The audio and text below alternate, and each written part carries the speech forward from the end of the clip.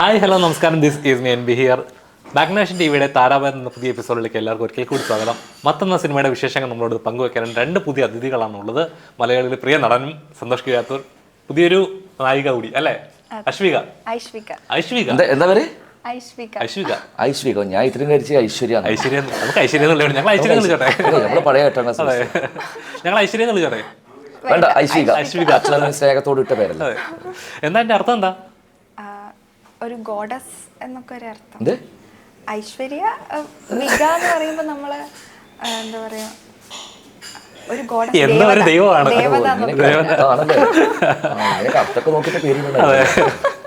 സന്തോഷമായിട്ട് എന്തൊക്കെയുണ്ട് വിശേഷം? നല്ല വിശേഷം. ഇപ്പൊ മത്തിന്റെ വിശേഷം.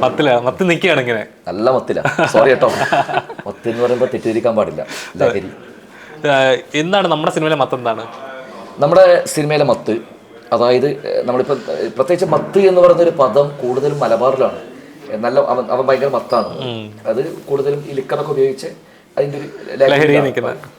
അപ്പോൾ അത് മത്ത് എന്ന് പറഞ്ഞ രഞ്ജിത്ത്, നമ്മുടെ പ്രിയപ്പെട്ട സംവിധായകൻ രഞ്ജിത്ത് ലാൽ എനിക്കൊന്ന് ഈ സിനിമയിലൂടെ പറയാൻ പോകുന്നത്, ലഹരി എന്ന് പറയുന്നത് ഒരു മദ്യം കഴിക്കുമ്പോൾ മാത്രമല്ല, മറ്റ് പല രീതിയിലും ലഹരിയായി എടുക്കുന്നതുണ്ട്. ഇത് എന്താ പറയുക, ഒരു ആധിപത്യം സ്ഥാപിക്കുകയാണ് സ്ത്രീ ശരീരങ്ങളുടെ നേർക്കൊക്കെ.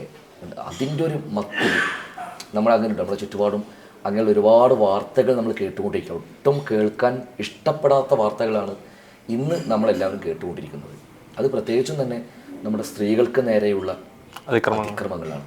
അപ്പം അങ്ങനെയുള്ള ഇതൊരു എന്താ പറയുക, റിയലിസ്റ്റിക്കും അല്ലെ സറിയലിസ്റ്റിക്കും ഫാൻറ്റസിയും ഒക്കെ ചേരുന്ന ഒരു മനോഹരമായിട്ടൊരു കുടുംബ ചിത്രം എന്ന് തന്നെ പറയാം. ഒരു അവാർഡ് ചിത്രമൊന്നുമല്ല. ഒരുപാട് കാര്യങ്ങൾ ഇതിലൂടെ സംസാരിക്കുന്നുണ്ട്.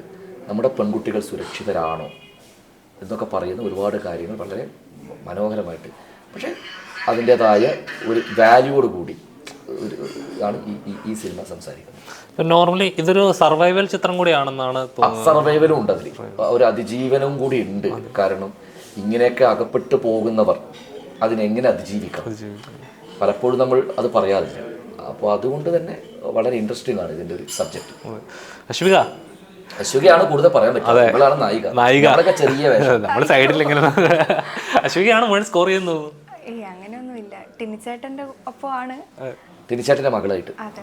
എങ്ങനെ ഉണ്ടായിരുന്നു? ഭയങ്കര അനുഭവമായിരുന്നു അത്. ആദ്യമായിട്ടാണ് ഒരു നായികയായിട്ട് ചെയ്യുന്നത്. മുന്നേ ചെയ്തത് നായികയുടെ അനിയത്തിയായിട്ട് വിവാഹവാഹനം സാജൻ സാറിന്റെ അതിലാണ് ചെയ്തത്. അപ്പം നായികയായിട്ട് വരുമ്പോൾ നമുക്ക് കുറച്ചുകൂടെ ചെയ്യാനുണ്ട്.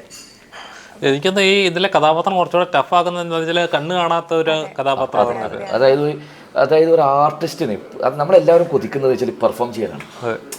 അപ്പോൾ അത് എല്ലാവർക്കും കിട്ടണമെന്നില്ല. ഇപ്പം ഞാനിപ്പോൾ കുറേ സിനിമകൾ ചെയ്യുന്നുണ്ട്. എല്ലാത്തിലും നമ്മൾ ആഗ്രഹിക്കുന്ന രീതിയിൽ പെർഫോം കിട്ടില്ല, അതിൻ്റെ ഭാഗമായിട്ട് പോകും. അപ്പോൾ ഞാൻ ഈ സിനിമ കണ്ടിട്ടോ, ഞാൻ ഇതിൻ്റെ പ്രിവ്യൂ കണ്ടതാണ്. അതുകൊണ്ട് തന്നെയാണ് അതിമനോഹരമായിട്ട് ഐശ്വിക ചെയ്തിട്ടുണ്ട്. കാരണം ഒരു ഭയങ്കര എഫേർട്ട് ഉണ്ട് അതിൽ, ഒരു ഡെഡിക്കേഷൻ ഉണ്ട്, ഹാർഡ് വർക്ക് ഉണ്ട്. അപ്പോൾ ഐശ്വികയെ സംബന്ധിച്ചിടത്തോളം ഞാൻ തമ്മിൽ ഞങ്ങൾ നേരിട്ട് കണ്ടിട്ടില്ല. പക്ഷേ വിവാഹ ആവാഹനത്തിലും ഞാൻ അഭിനയിച്ചിരുന്നു, ഇതിലുണ്ട്.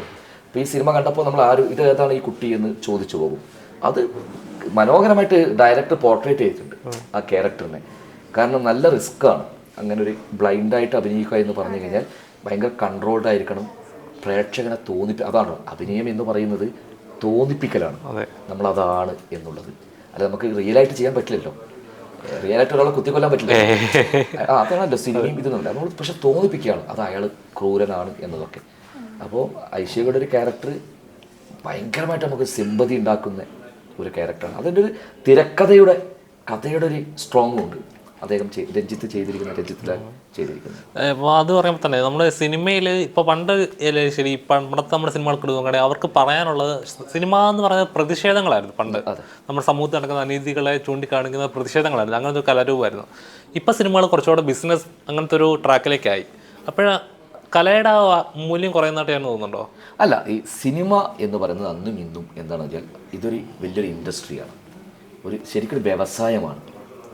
കാരണം വലിയ മൂലധനം, ലക്ഷക്കണക്കിന് രൂപ, കോടിക്കണക്കിന് രൂപ ഇൻവെസ്റ്റ് ചെയ്തിട്ട് അത് ഇൻവെസ്റ്റ് ചെയ്യുന്ന ആൾക്കാർക്ക് എല്ലാവർക്കും ആഗ്രഹം ഉണ്ടാവും. ഇതിന് തന്നെ ഇപ്പം അബ്ദുൽ ജലീൽ എന്ന് പറയുന്ന ഇതിൻ്റെ പ്രൊഡ്യൂസർ, അദ്ദേഹം ഇതിന് വലിയത് തിരിച്ചു കിട്ടുമെന്നല്ല, ഒരു നല്ലൊരു സിനിമയുടെ ഭാഗമാവുക എന്നുള്ളതാണ്. പക്ഷെ ഞങ്ങളെല്ലാം ആഗ്രഹിക്കുന്നത് ഈ പടം ചെയ്തിട്ട് അദ്ദേഹത്തിന് ഇത് നല്ല ഇൻവെസ്റ്റ്മെന്റ് എങ്കിൽ മാത്രമേ ഇത് അടുത്ത പടം ചെയ്യുകയുള്ളൂ. പക്ഷെ കലയ്ക്ക് 2 തരത്തിൽ ധർമ്മം നിർവഹിക്കാൻ പറ്റും. കല സമൂഹത്തിൻ്റെതും ഒരു കണ്ണാടിയായി മാറാൻ പറ്റണം, കലയ്ക്ക് വേണ്ടി സംസാരിക്കണം ഉണ്ട്. അപ്പോൾ അവിടെ എന്ത് ചെയ്യും, അവിടെ നമ്മൾ ചിരിക്കേണ്ട സിനിമകൾ ഉണ്ടാകണം. ഭയങ്കര നമ്മുടെ സ്വപ്നത്തിലുള്ള ചില ഹീറോസ് ഉണ്ടാവും, നമുക്ക് ചെയ്യാൻ പറ്റാത്ത കാര്യങ്ങൾ, അതുകൊണ്ട് നമ്മൾ സിനിമ ഇഷ്ടപ്പെടുന്നത്. അങ്ങനെയുള്ള എനിക്കിപ്പോൾ ഒരാളെ പോലെ ഇടിക്കാൻ പറ്റൂല, പക്ഷേ മമ്മൂക്കിയും ലാലേട്ടനും 10 ആളെ 50 ആളെ ഒറ്റയ്ക്ക് ഇടിക്കാൻ നമുക്ക് ഭയങ്കര ആവേശമാണ്. അത് സിനിമയുടെ വേറൊരു ധർമ്മമാണ്. പക്ഷെ കല ചിലപ്പോൾ ചില സിനിമകൾ കണ്ടിട്ട് സമൂഹത്തിലാകെ മാറ്റിയതുണ്ട്. വളരെ ചെറിയൊരു ഉദാഹരണം പറയാം. ഇപ്പോൾ ക്ലാസ്മേറ്റ് എന്ന് പറയുന്നൊരു സിനിമ വന്നതിന് ശേഷമാണ് കേരളത്തിലെ എല്ലാ കോളേജുകളും സ്കൂളുകളിലും അലുമിനി എന്ന് പറയുന്നത്, റീയൂണിയൻ എന്ന് പറയുന്നത് തുടങ്ങി വെച്ചത്. ഞാൻ ചെറിയൊരു എക്സാമ്പിൾ പറയാം. കാരണം ഞാൻ ഇന്നിവിടെ യാത്ര ചെയ്യുമ്പോൾ പോലും, ഇന്നലെ പോലും 70 വയസ്സുള്ള ഒരു ബാച്ച് അവർ എറണാകുളത്തേക്ക് 10ാം ക്ലാസ്സിൽ ഒരുമിച്ച് പഠിച്ചവരാണ്. 70 വയസ്സായി എല്ലാവർക്കും. നിങ്ങൾ ആലോചിച്ച് നോക്ക്. ഇതൊക്കെ ഉണ്ടാക്കിയിരിക്കുന്നത് ഒറ്റ സിനിമയാണ്, ക്ലാസ്മേറ്റ് എന്ന് പറയുന്ന സിനിമയാണ്. അപ്പോൾ അങ്ങനെ എത്രയോ സിനിമകൾ സമൂഹത്തിന് ഭയങ്കരമായിട്ട്. ഞാൻ വിക്രമാദിത്യൻ എന്ന് പറയുന്ന സിനിമയിൽ എനിക്കൊരു നല്ലൊരു എൻട്രി കിട്ടിയൊരു സിനിമയായിരുന്നു. ഞാൻ ഇന്നലെ ട്രെയിനിൽ വരുമ്പോൾ IAS എക്സാം എഴുതാൻ പറ്റും. നാളെ എക്സാമാണ്. 2 പെൺകുട്ടികൾ, ഒരു പെൺകുട്ടി എൻ്റെ കണ്ണൂർക്കാരിയാണ്, അവരുടെ ഫ്രണ്ട് തൃശ്ശൂർക്കാരി, അവരെ ഇത് വരും. അപ്പോൾ അവരൊക്കെ പറഞ്ഞിരിക്കുക ഈ വിക്രമാദിത്യൻ കണ്ടപ്പോഴാണ്, അതിലൊരു പെൺകുട്ടി എഞ്ചിനീയറിംഗ് കഴിഞ്ഞ കുട്ടിയാണ്, മറ്റേ കുട്ടി MSW ചെയ്ത കുട്ടിയാണ്. പക്ഷേ വിക്രമാദിത്യൻ കണ്ടു കഴിഞ്ഞപ്പോഴാണ് അവർക്ക് ഒന്ന് IAS ട്രൈ ചെയ്താൽ എന്താ. അതിനുശേഷം ഇപ്പോൾ 12th ഫെയിൽ എന്ന് പറഞ്ഞൊരു സിനിമ വന്നു, ഒരു ഹിന്ദി സിനിമ. അവർ അത് തന്നെയാണ് ലൈഫ്. അപ്പോൾ ആലോചിക്കുക, സിനിമ നമുക്ക് ഉണ്ടാക്കുന്ന അതുകൊണ്ട് സിനിമ നമുക്ക് കൈയടിച്ച് ചിരിക്കുക, അതുപോലെ തന്നെ നമ്മുടെ ജീവിതത്തിലേക്ക് നമുക്ക് എന്തെങ്കിലും പകർത്തിയെടുക്കാൻ നമുക്ക് സിനിമകൾക്ക് സാധിക്കും. ചില സിനിമകൾക്ക് കണ്ണ് നിറയ്ക്കാൻ സാധിക്കും. മോശം വലയിൽ കുടുങ്ങാതെ നമുക്ക് എങ്ങനെ. ഈ സിനിമ പറയുന്നതും എനിക്ക് തോന്നുന്നത് നമ്മുടെ കുട്ടികൾ, നമ്മുടെ പ്രത്യേകിച്ച് പെൺകുട്ടികൾ, സ്ത്രീകൾ എവിടെയും ആക്രമിക്കപ്പെടാൻ പാടില്ല. ഒരു ലഹരിയുടെ മുന്നിലും ഇവർ കീഴ്പ്പെട്ടു പോകാൻ പാടില്ല. പ്രത്യേകിച്ചും പുരുഷ മേധാവിത്വം ഉള്ള എന്ത് പറഞ്ഞാലും പുരുഷ മേധാവിത്വം അടക്കി ഭരിക്കുന്ന ഒരു കാലത്ത് കൂടുതൽ പുരുഷ മേധാവിത്വങ്ങളൊക്കെ ഏറ്റവും കൂടുതൽ ആധിപത്യം സ്ഥാപിക്കാൻ ശ്രമിക്കുന്നതും സ്ത്രീകളുടെ ശരീരങ്ങൾക്ക് മേലെയാണ്. അത് ഇത്രത്തോളം സൊസൈറ്റി വളർന്നെന്ന് പറഞ്ഞാൽ അങ്ങനത്തെ ഒരു മെന്റാലിറ്റി ഇപ്പോഴും അതുണ്ട്. അത് എന്താ പറയുക, നമ്മൾ മറ്റ് പല തരത്തിലും നമ്മുടെ ലൈഫ് സ്റ്റൈലും നമ്മുടെ ഇൻഫ്രാസ്ട്രക്ചറിലും ഒക്കെ നമ്മൾ വളരുമ്പോഴും നമ്മൾ മാനസികമായിട്ട് വളരുന്നുണ്ടോ എന്നൊരു ചോദ്യം നമ്മൾ ചോദിക്കണം. അത് വളരാൻ വേണ്ടിയുള്ള സാഹചര്യങ്ങൾ നമുക്കുണ്ടാകുന്നില്ല. മനുഷ്യർ പഠിക്കുന്നില്ല. നമുക്ക് എത്രത്തോളം തിരിച്ചടികൾ നമ്മൾ കാണുമ്പോഴും പക്ഷെ നമ്മൾ അതിനൊക്കെ പെട്ടെന്ന് മറക്കുകയാണ്. അത് ഇന്ന് പുതിയൊരു ഇത് വെച്ചാൽ പെട്ടെന്ന് മറന്നു പോകുന്ന ഒരു ഇതാണ്. ഇപ്പം ഒരു വലിയ ദുഃഖത്തിൻ്റെ, ഒരു മരണത്തിൻ്റെ, ഒരു 10-45 ആൾക്കാർ കുവൈത്തിൽ മരിച്ചതിൻ്റെ ഒരു സാഹചര്യത്തിൽ നിൽക്കുകയാണ്. നാളെ അത് മറന്നു, അവരുടെ ജീവിതം വേറെ രീതിയിലോട്ട് പോയി. അതാണ് അതിൻ്റെ ഒരു വിഷയം. അപ്പോൾ അതുകൊണ്ട് തന്നെ നമുക്ക് ഒരു അതിക്രമം ഉണ്ടായിക്കഴിഞ്ഞാൽ അന്ന് നമ്മൾ ഒരു ഫേസ്ബുക്കിൽ പോസ്റ്റ് ഇട്ടു, ഒരു സ്റ്റാറ്റസ് ഇട്ടു, പിറ്റേ ദിവസം നമ്മൾ അവരെ മറക്കുകയാണ്. നഷ്ടപ്പെടുന്നവർക്ക് അത് വീണ്ടും അങ്ങനെ ഓർമ്മപ്പെടുത്തുന്നത് കലയിലൂടെ മാത്രമേ ഉള്ളൂ. അതാണ് കല നിർവഹിക്കുന്ന ഏറ്റവും വലിയ ധർമ്മവും.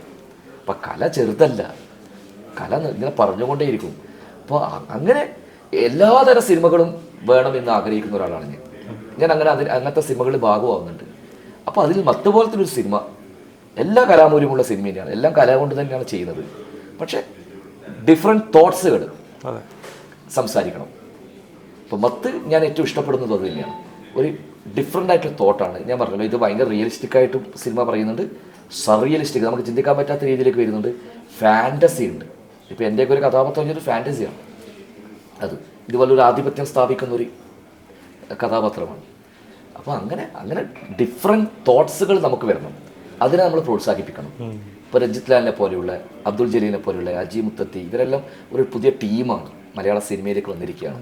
ഇപ്പോൾ ടിനി ടോം എന്ന് പറയുന്ന ഒരു നടൻ, നമുക്ക് അദ്ദേഹം എത്രയോ വർഷമായിട്ട് മിമിക്രി കലാരംഗത്തും സിനിമയിലുണ്ട്. പക്ഷേ ഇതിലൊരു സോളോ പെർഫോമൻസ് എന്ന് പറയാം. നായിക വേഷം എന്ന് പറഞ്ഞൊരു അച്ഛനാണ്, ഈ ഐശ്വര്യയുടെ അച്ഛനായിട്ടാണ്. ഗംഭീരമായിട്ട് ചെയ്തിട്ടുണ്ട്, മനോഹരമായിട്ട് പാട്ട് പാടിയിട്ടുണ്ട് അല്ലേ. സിത്താരയുടെ നല്ല പാട്ടുണ്ട്. പിന്നെ ഇപ്പോൾ പല്ലാവൂർ ദേവനാരായണൻ എന്ന് പറഞ്ഞ സിനിമയിലൂടെ വില്ലനായിട്ട് വന്ന ഹരിനാരായണൻ എന്ന് പറഞ്ഞ ആക്ടർ, പിന്നീട് അയാൾ കുറച്ച് മലയാള സിനിമയിൽ അഭിനയിച്ചു, പിന്നീട് തമിഴ് സീരിയലിലേക്ക് പോയി. അയാളുടെ ഒരു റീ എൻട്രിയും കൂടിയാണ് ഈ സിനിമ. ഒരു ഓപ്പോസിറ്റ് വേഷം ചെയ്യുന്നത് ഹരിയേട്ടനാണ്. അങ്ങനെ പിന്നെ കുറേ പുതിയ ആൾക്കാർ കേട്ടോ, പിന്നെ കുറേ പുതിയ ആൾക്കാരുണ്ട്. അർച്ചന എന്നും പറയും, എല്ലാവരുടെ പേരറിയില്ല. ഒരു പുതിയ ടീം, നല്ല കണ്ണൂരുള്ള കുറേ ടീമുണ്ട്, മനോഹരമായ ലൊക്കേഷൻ. അപ്പോൾ തീർച്ചയായിട്ടും സിനിമ ഒരു കുടുംബ പ്രേക്ഷകർക്ക് ഇഷ്ടപ്പെടുന്ന ഒരു വാല്യൂ ഉള്ള സിനിമ തന്നെയാണ് മത്ത്. ഇനി താരാപഥത്തിൽ ചെറിയൊരു ഇടവേളയ്ക്ക് ശേഷം വീണ്ടും കാണാം.